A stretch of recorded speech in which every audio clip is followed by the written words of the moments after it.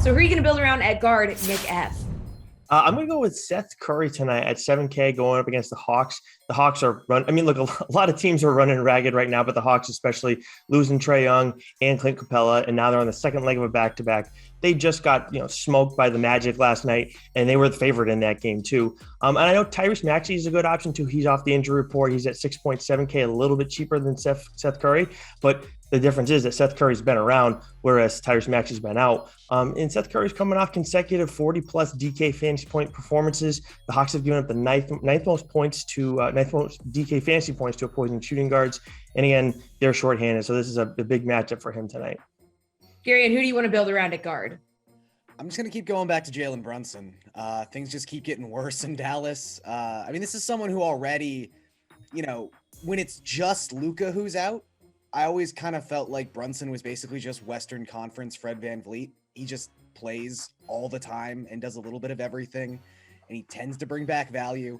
Well, he's finally priced like a Fred VanVleet type. He's $8,500 tonight, but it took literally every member of the Dallas Mavericks backcourt essentially not being available. There is no Trey Burke. There is no Tim Hardaway Jr. There should just be so many shots available to Brunson tonight. And yes, Kristaps Porzingis might play in this game. He's questionable. That really doesn't affect my viewpoint of Brunson here. If anything, if KP plays, that might be better for Brunson just because it might keep this game a little bit more competitive against the Milwaukee Bucks. But in his last 3 games without Luka, Brunson has averaged 39 minutes, and he leads the NBA in that span of time with 20.7 potential assists per game. That's not even including the points he's scoring and the rebounds he's grabbing and the steals he's racking up. Again, he just touches every category, and if he's going to play 40 minutes, it's really hard to ignore this guy. Nick W., who you going with at guard? I wish I had dug up some potential assist stats. That's a good note on Jalen Brunson, but I'm going to keep going back to a guy who I feel like I'm talking about 3 times a week on the show, and that's Dejounte Murray. And his price is now, up over 10,000. He's at 10,300 tonight, going up against the Lakers, coming off of a 72 DraftKings point game in his last outing. He's pretty much comfortably topping 50 DraftKings points every single night this season.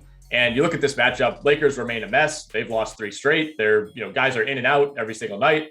I think the one-on-one positional matchup against Russell Westbrook is super appealing for a guy like Murray, who can rack up a lot of steals against like the most turnover-prone player in the entire league. Not surprising to find that the Lakers are dead last in fantasy points allowed to the position. So that makes sense. I think Dejounte Murray, well worth paying up for at 10,300. If you want to save a little bit of money, I also like LaMelo Ball at Denver tonight. Nuggets are on the second leg of a back-to-back. He's at 9,900. And then assuming he plays on the second half of a back-to-back, I think he will.